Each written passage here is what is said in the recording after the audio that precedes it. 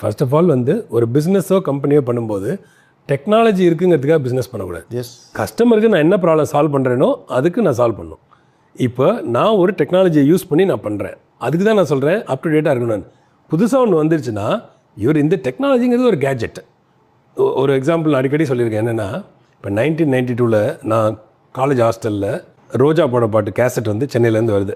கேசட்டில் போட்டு கேட்குறோம், சின்ன சின்ன ஆசையெல்லாம் கேட்டால் சூப்பராக இருக்குது பாட்டு, ஃபஸ்ட் டைமாக வித்தியாசமாக இருக்குன்னு. ஸோ 99 ஒரு வாக்மேன், சோனி வாக்மேனில் அதே பாட்டை கேட்குறோம். 2003 ஒரு ஐபாடில் அந்த பாட்டு கேட்குறோம். இன்றைக்கி ஒரு ஸ்பாட்டிஃபையோ இல்லை யூடியூப் மியூசிக்கில் போய் அதே பாட்டு கேட்குறோம். ஸோ நான் இன்னமும் சின்ன சின்ன ஆசை பாட்டை கேட்குறேன்னு வச்சுப்போம். ஆனால் அந்த கேட்ஜெட்ஸை நான் தூக்கி போட்டே இருக்கேன். So I hold on to the music, I throw away the gadget. So டெக்னாலஜிங்கிறது ஒரு கேட்ஜெட், மியூசிக்ங்கிறது கஸ்டமருக்கு எது மதிப்பு, அதுதான் டெக்னாலஜி. ஸோ இந்த மாதிரி ஒரு தொழில்நுட்பம் புதிதாக உள்ளே வருகிற போது எல்லாருக்கும் இயல்பாக ஒரு எக்ஸைட்மெண்ட் இருக்கும். அப்போ என்னென்ன விஷயத்தில் கான்சன்ட்ரேட் பண்ணணும், அதாவது எக்ஸைட்மெண்ட்டில் போய் அதில் விழுந்துடாமல் இதை சரியாக பயன்படுத்துறதுக்கு என்னென்ன விஷயங்களில் கான்சன்ட்ரேட் பண்ணணும்? இல்லை, இது வந்து புதுசு இல்லை. Every time there is new technology. I have seen founders who get excited by technology.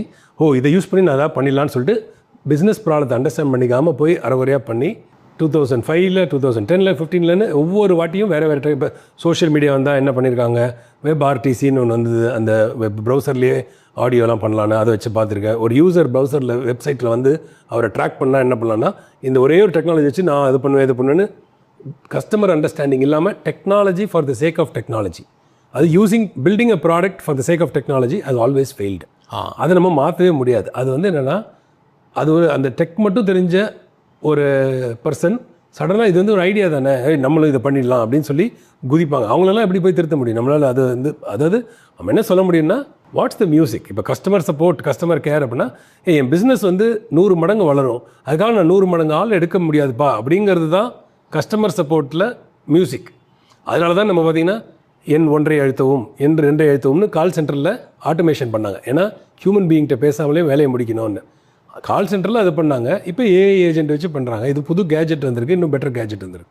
But music வந்து என் பிஸ்னஸ் இன்றைக்கி 100 பேர், இப்போ மேக் மை ட்ரிப் மாதிரி ஒரு கம்பெனி இருக்குது. முதல்ல இப்போ நான் இப்போ தான் ஆரம்பிச்சிருக்கேன், 100 கஸ்டமர் தான் இருக்கான். நல்லா சக்ஸஸ்ஃபுல்லாக இருக்குது, மில்லியன் கஸ்டமர்ஸ் வந்துட்டாங்க. அதுக்காக 100 கஸ்டமர் இருக்கும்போது நான் ஒரு கஸ்டமர்ஸை போட்டு ஆள் வச்சா, மில்லியன் கஸ்டமர் இருக்கும்போது நான் 10,000 இல்லை 1,00,000 கஸ்டமர்ஸை போட்டு ஆள் வைக்க முடியாது. ஸோ நான் வந்து கம்மியான ஆளில் நிறைய வேலை பண்ணணுங்கிறதுக்கு முதல்ல எண் 1 அமுக்கவும்னா இப்போ ஏஐ ஏஜென்ட் வச்சு ஆன்சர் பண்ணுங்க. இப்போது